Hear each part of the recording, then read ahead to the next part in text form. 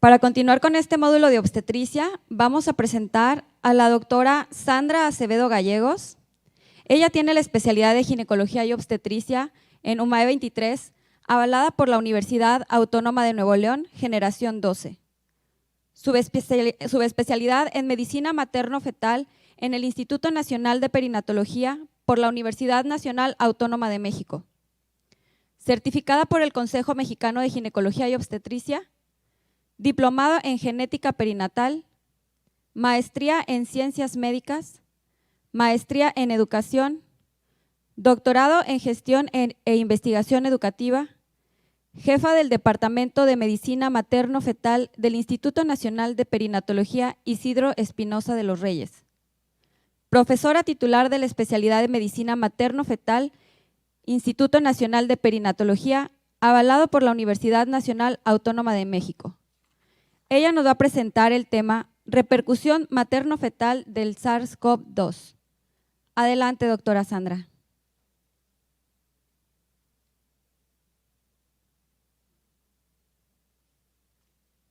¿Qué tal a todos? Bienvenidos a esta presentación acerca de la repercusión materno-fetal por el virus del COVID-19. Creo que estos 2 años han sido muy difíciles para todos, sobre todo para aquellos que atendemos en el área de la salud, ¿verdad? Debido a que hemos tenido que enfrentar muchísimas interrogantes respecto a qué puede estar pasando con nuestros pacientes que se infectan durante el embarazo y cuáles son las repercusiones a futuro para el bebé. Dentro de las principales preocupaciones a nivel internacional en relación al COVID, pues realmente hay 3 vertientes muy importantes. La transmisión vertical, las repercusiones de la infección sobre el feto y la vigilancia que debe tener el feto de una mujer que cursa con COVID-19 o que cursó con COVID-19 durante el embarazo. ¿Por qué? Bueno, pues porque yo recuerdo los primeros días del COVID, por ahí de cuando se declaró aquí la pandemia, que debe haber sido por ahí de marzo, la primera semana de marzo, y a nivel internacional había muchas voces de médicos muy, muy prestigiosos en el área de la medicina materno-fetal que decían, en el embarazo no pasa nada, en el feto no pasa nada, en la placenta no pasa nada, las pacientes son asintomáticas, no va a haber realmente mayor repercusión, ustedes estén tranquilos. Y pues resulta que para julio de ese mismo año en nuestro país, la última semana, pues el COVID se convirtió en la primera causa de muerte materna. Y ya no digamos un año después, para el 2021, la probabilidad de que una mujer falleciera por COVID en nuestro país, pues se elevó prácticamente al más del 40% de todas las muertes que ocurrían a nivel de México. Entonces, realmente esto nos vino a enseñar mucho, a motivarnos pues para aprender respecto a lo que estaba pasando con este virus en el embarazo, ¿verdad? Aquí ustedes pueden ver en este mapa cómo fue más o menos la historia de la propagación del COVID a nivel mundial y qué fue lo que pasó con nosotros aquí en México, ¿verdad? Entonces vemos ahí algunas situaciones, ¿verdad? Como tuvo la información emergente que fue pues en diciembre del 2019 cuando se empezó a ver que algo estaba pasando, lo veíamos muy lejano porque decíamos, bueno, pues es en Wuhan, ¿verdad? Va a pasar tiempo para que llegue aquí al país y pues prácticamente 3 o 4 meses después ya estaba acá. Obviamente empezaron a hacer series pequeñas de casos sin mucha información al respecto, pero poco a poco fuimos dándonos cuenta de que era un problema que podía afectar a nuestros pacientes embarazados, ¿verdad? Pues para agosto del 2020 ya la OPS-OMS nos decía que el COVID podía ser una causa de muerte en exceso en pacientes durante el embarazo, y esto pues muy probablemente también por las condiciones propias de los cambios fisiológicos que se dan en la mujer, y que el Intercovid para abril del 2021, este Intercovid donde nosotros ya participamos como instituto, pues tuvo un mayor riesgo de mortalidad materna y de resultados perinatales adversos. Entonces, pues ya hubo después publicaciones en relación a que la placenta podía verse afectada y que sí era posible que el virus pasara a través de la misma. Más adelante, si tengo tiempo, les voy a contar cómo fue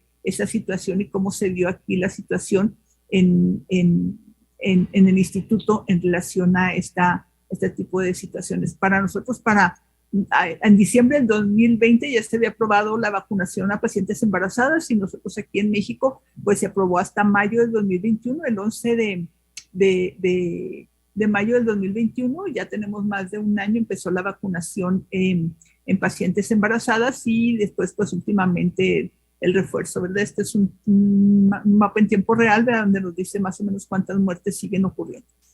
Entonces, bueno, ¿qué es lo que pasa con la prevalencia del COVID? Se ha visto que es muy parecido en todos los trimestres de la gestación. Hay mucha información respecto a mujeres que se embarazan en el tercer trimestre de la gestación y qué es lo que pasa con ellas, ¿okay?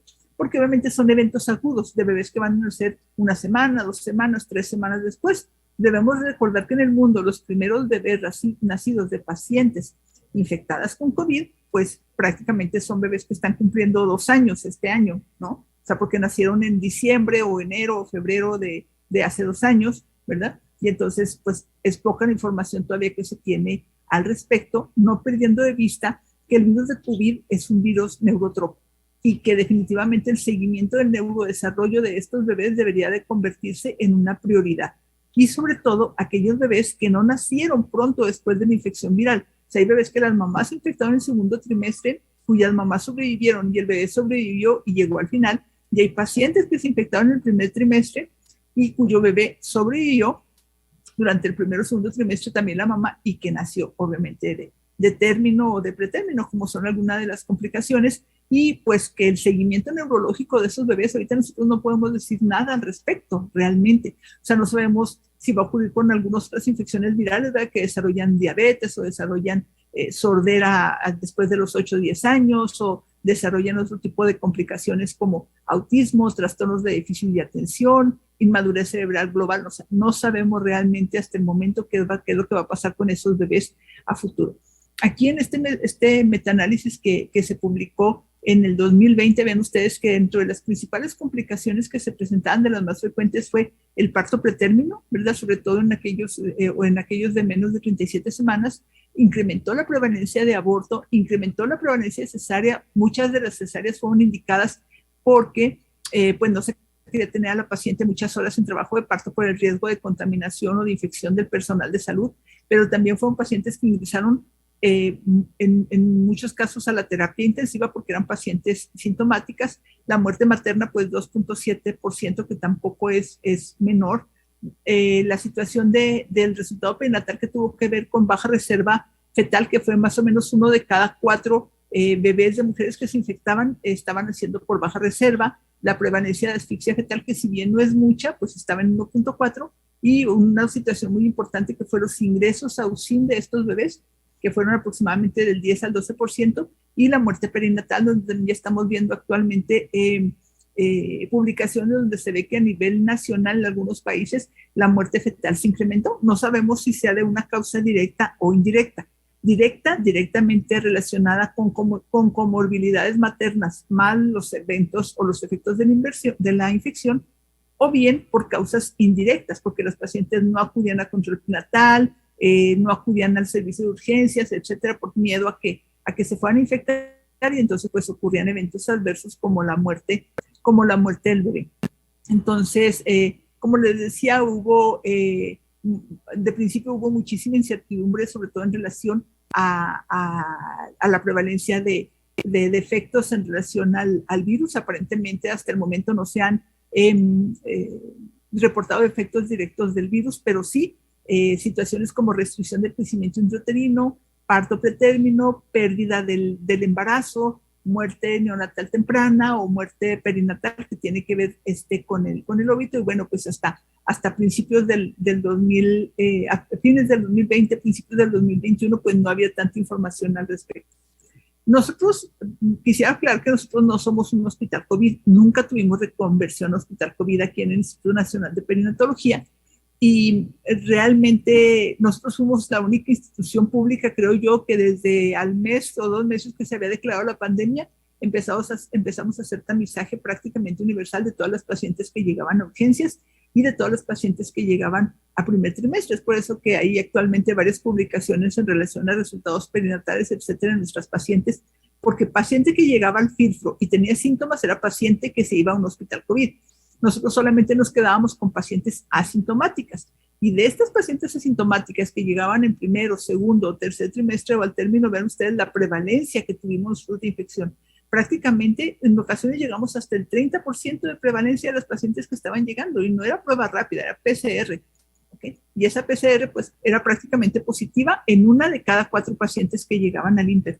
Eso realmente fue algo que nos empezó a angustiar muchísimo por el hecho de que si nosotros no tuviéramos ese tipo de tamizaje, una gran cantidad de pacientes pues eran potencialmente complicables y potencialmente podían infectar a cualquier persona del equipo de salud, a médicos, enfermeras, camilleros. Aquí hubo realmente, con la primer paciente que llegó, que no supimos que estaba infectada porque traía una prueba de fuera, que llegó con una arritmia cardíaca ella como tal, y que la prueba, después de 2 o 3 pruebas, salió positiva aquí en el INPE. Con esa única paciente se infectaron como 40 personas dentro del personal de salud del INPE. Entonces, eso pues nos puso con los focos rojos, porque decíamos, bueno, si esto está ocurriendo dentro de un hospital donde está haciendo un tamizaje prácticamente universal, ¿qué estará pasando en lo privado, no? Ahora había pacientes que, como eran asintomáticas, pues no creían que estuvieran infectadas y no querían entrar a un área COVID. Entonces, pues se iban a tener su bebé en otro lado, y si en ese otro lado, hospital público, no les hacían prueba, pues ellas entraban como si fueran negativas, y obviamente con la diseminación de la infección. Eso también nos sorprendió mucho a nosotros, la prevalencia que tenemos de pacientes asintomáticas, porque en series como la serie de Londres, la serie de Nueva York, pues ellos máximo reportaban un 13, un 14% de pacientes asintomáticas con infección, ¿verdad? Y nosotros aquí, bueno, era el de cada día, ¿verdad? El de cada día, el resultado de una paciente positiva. Aún ahorita nosotros que ya estamos volviendo a la normalidad, todavía hay días que de las pacientes programadas, son 8 programadas, y en ocasiones puede haber 5 o 6 pacientes positivas. Entonces, pues esto no se ha ido todavía. Afortunadamente, ya con la vacunación estamos viendo que la probabilidad de que la paciente tenga un resultado de enfermedad grave o de muerte es menor. Sin embargo, esto sigue y va a seguir, porque pues ya llegó para quedarse. En este primer corte que nosotros hicimos aquí de algunas de las pacientes que nosotros estábamos viendo, ven ustedes que en este primer corte nosotros se habían realizado en el hospital 1,721 pruebas COVID. De estas había habido 446 positivas, estamos hablando ahí más o menos de noviembre del 2020, y de estas pacientes positivas, 391 pacientes fueron obstétricas, 82 no fueron incluidas por algunos motivos de que la paciente dejó de venir, etcétera. 35 pacientes no fueron evaluadas en el Departamento de Medicina Fetal. Entonces finalmente quedaron 274 pacientes incluidas. De estas, 17 pacientes presentaron pérdida gestacional en alguno de los trimestres de la gestación, ya sea por parto pretérmino, etcétera. 55 hasta este corte continuaban embarazadas y habían sido resueltas 202. De estas, como les decía, muchas fue una cesárea, precisamente por algunas indicaciones que estaban en relación a baja reserva o a cesárea iterativa, o a que llegaban positivas en el momento de la interrupción del embarazo. Fueron 57 partos, y estos hubo un parto instrumentado. Pero ven ustedes, de estas 144 cesáreas, ¿qué fue lo que ocurrió? 60 fueron por causa materna, cesárea iterativa, preeclampsia, situaciones que tenían que ver con las comorbilidades maternas. 41 fueron por causa obstétrica y 43 fueron por causa fetal. Entonces, ven ustedes la cantidad de trazos no tranquilizantes que hubo en la causa fetal, ¿verdad? 23 de las 43 pacientes, más del 50% fueron cesárea por un registro cardiotocográfico no tranquilizante. ¿Y esto por qué es? Pues porque el COVID provoca efectos inflamatorios en la placenta, como vamos a ver un poquito más adelante. 9 de ellos fueron con restricción de crecimiento intrauterino, 6 con defectos estructurales no atribuibles al virus del COVID, 4 fueron efectos grandes para la gestacional, y 1 fue por una taquicardia fetal persistente. Como vemos, el virus de COVID es un virus que afecta los endotelios, es una enfermedad endotelial, es una enfermedad que puede afectar pulmón, puede afectar arterias uterinas, puede afectar arterias espirales, puede afectar, en ocasiones puede llegar a afectar riñón de la mamá, corazón, etcétera. Entonces, realmente es un virus que puede tener una repercusión materna a largo plazo. Y este mismo daño que está causando rozando sobre todos estos endotelios, pues puede llegar a dañar el lecho vascular. Y en esta placenta podemos pues, tener también repercusiones a largo plazo. Eso todavía no lo sabemos porque pues, los bebés que se infectaron en el primer trimestre, que están en nuestra corte de primer trimestre, apenas se están haciendo todos los análisis de las placentas y obviamente se está evaluando el neurodesarrollo de estos bebés que está planeado para llevarse a cabo en el transcurso de 5 años. Entonces, pues realmente el virus del SARS-CoV-2 dicen que es el enemigo invisible, ¿verdad? Ahí está, la paciente puede estar asintomática, pero el daño está produciéndose, ¿no? En algunas de ellas inclusive pueden tener datos de preeclampsia o una preeclampsia light, que ya no sabemos si realmente pudiera ser algo que se presente frecuentemente, pero la única forma de descartar eso, pues es descartar que realmente haya un daño placentario a nivel de otras estrategias, como sería la determinación del SFRTP-GLF, pero les aseguro que muchas pacientes que han llegado con diagnóstico de preeclampsia, si no se les hizo la prueba COVID, pues podemos confundir una y otra alteración. Digamos ya que hay una respuesta inmune hacia el virus del COVID en el transcurso del embarazo, y pues esto va a llevar a la activación de macrófagos, la activación de linfocitos T y pues la tan temida tormenta inflamatoria o la tormenta de citocinas, ¿verdad? En este caso, pues la paciente inclusive puede tener mayor riesgo de trombosis, ¿verdad? Y es por eso que algunas pacientes que tuvieron COVID, que presentaron síntomas, pues deben de irse con profilaxis anticoagulantes, ¿no? Sobre todo heparina de bajo peso molecular, que algunas de ellas pues tienen que continuarlas hasta 2 o 3 semanas después del evento, porque la probabilidad de que tenga una trombosis posterior al haber padecido COVID es más elevada en estas pacientes. No sabemos realmente el nivel del daño dependiendo el trimestre en el cual haya sido afectada la paciente, ¿no? Sabemos que es una enfermedad microvascular, no sabemos si ese daño se va a recuperar, como cualquier enfermedad viral que te dura unos días y se recuperan los tejidos, no lo sabemos, porque no hay estudios suficientes del seguimiento. Nosotros deberíamos de tener a lo mejor un estudio con lupa de la placenta, ¿no? Y poder saber qué está pasando en el primer trimestre, en el segundo trimestre, en el tercer trimestre. Nosotros a todas las pacientes que tuvieron COVID en el primer trimestre y segundo trimestre, tercer trimestre del embarazo, todas tenemos suero recolectado para medir factores angiogénicos, pero son muestras que aún no se han procesado, no se han corrido, entonces realmente es un estudio ciego como tal para este tipo de alteraciones, y ahora que se termine esta primera fase de seguimiento, pues se correrán las muestras y ya sabemos qué es lo que está pasando con ellas.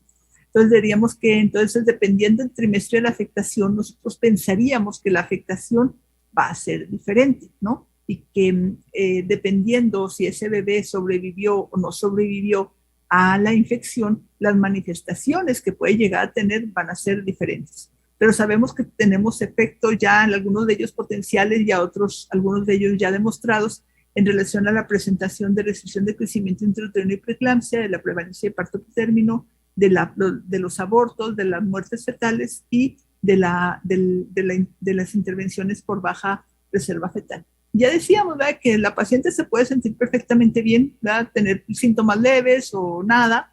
Sin embargo, el virus puede estar haciendo de las suyas a nivel del feto, a nivel de la placenta. Es por eso que se le llama pues el enemigo invisible, ¿verdad? Entonces de pronto la paciente debuta con enfermedad isquémica placentaria, que lo que nosotros llamaríamos enfermedad isquémica placentaria, y resulta que no es un problema de base de las arterias espirales o de la placenta, sino que está derivado de un daño endotelial, ¿verdad?, que nos está presentando prácticamente lo mismo que la enfermedad isquémica placentaria, y se van a manifestar como parto pretérmino, preeclampsia o una baja reserva fetal, como sería la manifestación de la restricción de crecimiento intrauterino. Entonces, hay muchas publicaciones donde ustedes dicen, no, el virus no pasa, o si pasa se queda en la placenta, pero no hay mayor afectación fetal, porque la placenta lo protege a partir de la barrera fetoplacentaria, como lo protege de otro tipo de virus. Y pues yo estaría ahí de acuerdo y no, ¿verdad? Porque creo que una barrera fetoplacentaria saludable puede ser que detenga el virus, ¿verdad? Puede ser que el virus se quede ahí en la placenta y que no vaya más allá. Pero las placentas y las barreras fetoplacentarias de nuestra población, donde tenemos pues, un 70 o más del 70% de pacientes embarazadas con sobrepeso, obesidad, donde tenemos una prevalencia altísima de diabetes de la gestación o de prediabetes o de diabetes del embarazo, o de diabetes pregestacional, como ustedes le quieran llamar, pacientes con lupus, pacientes comprometidas inmunológicamente, pacientes con trasplantes, nefrópatas, hipertensas. Tenemos una gran cantidad de comorbilidades nosotros en el embarazo, entonces yo realmente tengo mis dudas de que esa barrera fetoplacentaria en el embarazo de nuestras pacientes pueda estar deteniendo el paso del virus hacia el feto.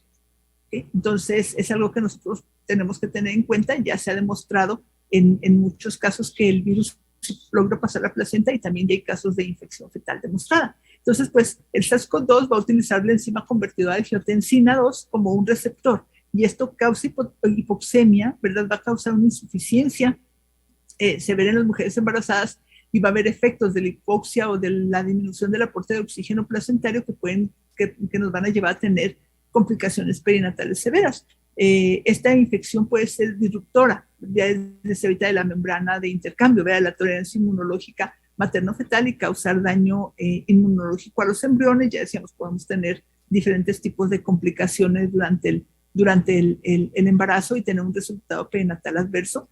Y creo que esto pudiera ser independiente del trimestre en el cual se afecte la paciente. Definitivamente, pues la restricción de crecimiento en una paciente que le da COVID y a la semana o 2 semanas están haciendo el bebé, pues puede ser que no veamos una repercusión en el crecimiento fetal, pero sí en la placenta, ¿no? En ocasiones hemos encontrado aquí en las placentas que están horribles, ¿no? Que tienen todos los datos para que la señora tenga preeclampsia, restricción de crecimiento y el bebé no tiene nada.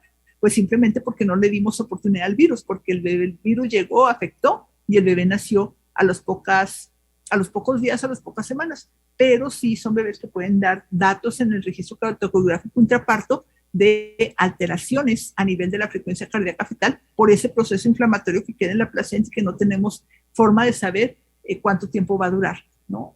Obviamente no va a llegar por una sola ruta, va a llegar como cualquier virus que puede llegar a la placenta por vía hematógena, por vía ascendente, por líquido amniótico, etcétera. O sea, hay muchas vías para el virus. Esta primera publicación, que fue más o menos por ahí si no mal recuerdo, por junio del 2020, ya demostraba que el virus podía estar presente en el tejido placentario, ¿verdad? Entonces esto fue un boom para todos los que decían que no iba a pasar nada y que no pasaba el virus y que nos iba a encontrar ahí en la placenta. Pues esto vino a ponernos a todos alertas en relación a qué estaba pasando. Pero quiero contarles un poco más atrás de esta fotografía que fue icónica, porque aquí la primer paciente que llegó al INPER, del cual ya hay una publicación al respecto, tardamos un año para que se pudiera publicar el artículo, fue una paciente con infección por COVID de 13 semanas de embarazo, un embarazo gemelar doble, donde uno de los bebés ya venía con una muerte embrionaria temprana de la semana 9, si no mal recuerdo, y el bebé con el que la señora llegó aquí para evaluación, que era uno de los gemelos sobrevivientes, tenía para ese entonces entre 12 y 13 semanas. Cuando se ve en la evaluación, ese bebé también ya había fallecido y la paciente empezó con sangrado, se pasó directamente a la atención, nos dijo que le habían tomado la PCR en un hospital, en un instituto nacional también, pero en una fecha anterior y que todavía no tenía el resultado. Pues esos bebés, cuando la señora llegó al resultado, se empezaron a analizar y esos bebés se les encontró, estamos hablando de embriones de menos de 12 semanas, se les encontró el virus en tejido renal, en encéfalo, en humor vítreo. O sea, teníamos todo el apoyo para saber qué realmente estaba pasando, no nada más la placenta, porque también en la placenta se encontró el virus, sino en los tejidos fetales. ¿Okay? Se hicieron todas las pruebas posibles y pues desafortunadamente, yo no sé por qué, pero no nos creían, o sea, simplemente nos rechazaban el artículo porque decían que no era posible, ¿no? Hasta que surgió este artículo y pues, obviamente en otro país, con bebés de más tamaño, de mayor edad gestacional, que ok, sí es posible. Y ya después de prácticamente pasado un año, ese artículo fue publicado como una de las transmisiones verticales más tempranas publicadas en la literatura. ¿Qué es lo que se ha documentado que puede hacer el virus en la placenta? Bueno, pues causa aterosis, trombosis, depósitos de fibrina, necrosis fibrinoide, vitis linfocítica, corongitis, edema, intervillicitis. Ya la doctora Yolo, en el webinar que tuvimos pues, acá con ella la semana pasada, decía pues que ya hay lesiones muy específicas de la placenta, ¿no? Infiltraciones histocíticas, etcétera, que nos dicen que esa placenta pasó por una infección de COVID. Entonces actualmente ya hay lesiones muy características y clásicas de la placenta, pero pues en ese tiempo todavía estamos en la oscuridad, ¿verdad? ¿Qué es lo que se ha visto en mujeres, en series de mujeres positivas para COVID? Pues ya decíamos, lo más importante que se ha visto son un alto grado de malperfusión materna y un alto grado de malperfusión fetal. Eso es lo más importante. Obviamente hay IVIGITI, le digo, una gran cantidad de situaciones inflamatorias, pero lo más importante es la malperfusión materna. Y como ustedes saben, la malperfusión materna es una causa muy importante de alteraciones a nivel del crecimiento, de muerte fetal, de pérdida del embarazo, de parto pretérmino, ruptura prematura de membranas, todo lo que tenga que ver con enfermedad isquémica placentaria lo vamos a empezar a presentar, se puede empezar a presentar. Luego hubo esta publicación, ¿no?, acerca de la transmisión vertical del COVID, donde se vieron ya algunas lesiones a nivel del sistema nervioso central del feto, un bebé de 35 semanas que empieza a hacer este tipo de descensos en el intraparto en una mujer con COVID. Entonces ya esto fue pues realmente ya muy esclarecedor de que realmente el virus tenía la capacidad de atravesar la placenta y tenía la capacidad de atravesar y llegar al feto, y sobre todo tenía la capacidad de producir lesiones potencialmente a nivel del sistema nervioso central. Entonces se encontraron algunos signos neurológicos de gliosis. Aparentemente el curso clínico de este bebé después fue adecuado, sin embargo, pues les decía, y no sabemos a futuro qué es lo que va a pasar. ¿Qué podemos esperar en la vigilancia fetal de la mujer que tiene este tipo de alteración o este tipo de infección? Pues si la paciente está teniendo síntomas, podemos tener elevación de la línea basal con taquicardia, pérdida de aceleraciones, presencia de sedaciones tardías, patrones sinusoidales, variabilidad ausente, policistolia, todo eso es lo que podemos encontrar nosotros en el intraparto de una mujer que tiene una infección reciente por COVID durante el embarazo. Y definitivamente estos cambios van a estar condicionados pues con el nivel de fiebre materna, el nivel de hipoxia materna, la respuesta inflamatoria materna, y si está pasando o no por una tormenta de citocinas. Todo eso pues es un factor preplacentario de daño y de hipoxemia fetal. Entonces, ven ustedes, por un lado ustedes tienen todos los efectos que puede haber a nivel de la mamá, y por el otro lado tenemos pues, la placenta y ese paso o esa repercusión que nosotros podemos tener a nivel del recién nacido, del neonato, ¿verdad? Ya es repetitivo, pues, pero preeclampsia, restricción de crecimiento, alteraciones del sistema nervioso central, problemas respiratorios o de adaptación, obviamente, cuando hay paso específico de IgG, como en el caso de la paciente que está vacunada, pues vamos a tener inmunoprotección del feto. Nosotros, ¿qué fue lo que planteamos para dar el seguimiento a los pacientes? Que definitivamente teníamos potencialmente daño inflamatorio, daño trombótico y daño disruptivo, y es en función de eso que se planteó el seguimiento durante los 3 trimestres de la gestación. Y pues seguimos todavía sin contestar estas 3 preguntas que nos planteamos en el principio. O sea, después de que el feto sobrevive a la infección, ¿qué pasa? ¿No? ¿Qué pasa a largo plazo? A largo plazo o a mediano plazo, porque a fin de cuentas todo parece ser que a corto plazo pues, aparentemente no pasa nada, ¿no? Sí puede haber una muerte fetal, puede haber una RPM, pero a fin de cuentas pues el bebé puede nacer hasta cierto punto saludable y la mamá llevárselo a casa. Pero ¿qué pasa con esas mujeres y los bebés a corto plazo, los que cursaron con COVID en primer trimestre con o sin síntomas? ¿Qué pasa con ellos? ¿Qué va a pasar de aquí a 8 años? ¿Qué pasa con los pacientes que cursaron con COVID en el segundo trimestre, que igual tuvieron síntomas o no tuvieron síntomas? Y pues definitivamente, ¿qué ocurre con estos bebés en relación al periodo perinatal, ¿no? El incremento de trombosis, restricción de crecimiento, desprendimiento prematuro de placenta, preeclampsia y la prevalencia de defectos. Entonces, pues nosotros tenemos un seguimiento que va en los 3 trimestres de la gestación, con evaluaciones, ya les decía, de factores endogénicos, evaluación de primer trimestre, cardiografía fetal, neurosonografía, monitoreo por condición específica y la vigilancia y control de las comorbilidades maternas, pero lo más importante va a ser este seguimiento del neurodesarrollo a 5 años que se van a tener con estos bebés. Hubo controversia también en el uso no de esteroides en este contexto, y bueno, aparentemente debe haber pues un consenso, pero no había una contraindicación como tal para el uso de esteroides en los pacientes o para la neuroprotección con sulfato de magnesio. Y bueno, pues para concluir, creo que lo único que nos queda es la situación del desconocimiento que todavía tenemos del curso de estos bebés a largo plazo, y pues que seguiremos aprendiendo de nuestros pacientes y de ellos, y a lo mejor de aquí a 10 años estaremos escuchando cosas muy diferentes en relación a los efectos a largo plazo de COVID. Les agradezco mucho su atención. Si hubiera alguna pregunta, creo que la pueden dejar en el chat. Muchas gracias. Bueno, muchísimas gracias, doctora. Muchísimas gracias, doctora Sandra Acevedo, por su interesante y excelente ponencia. Le haremos llegar su constancia.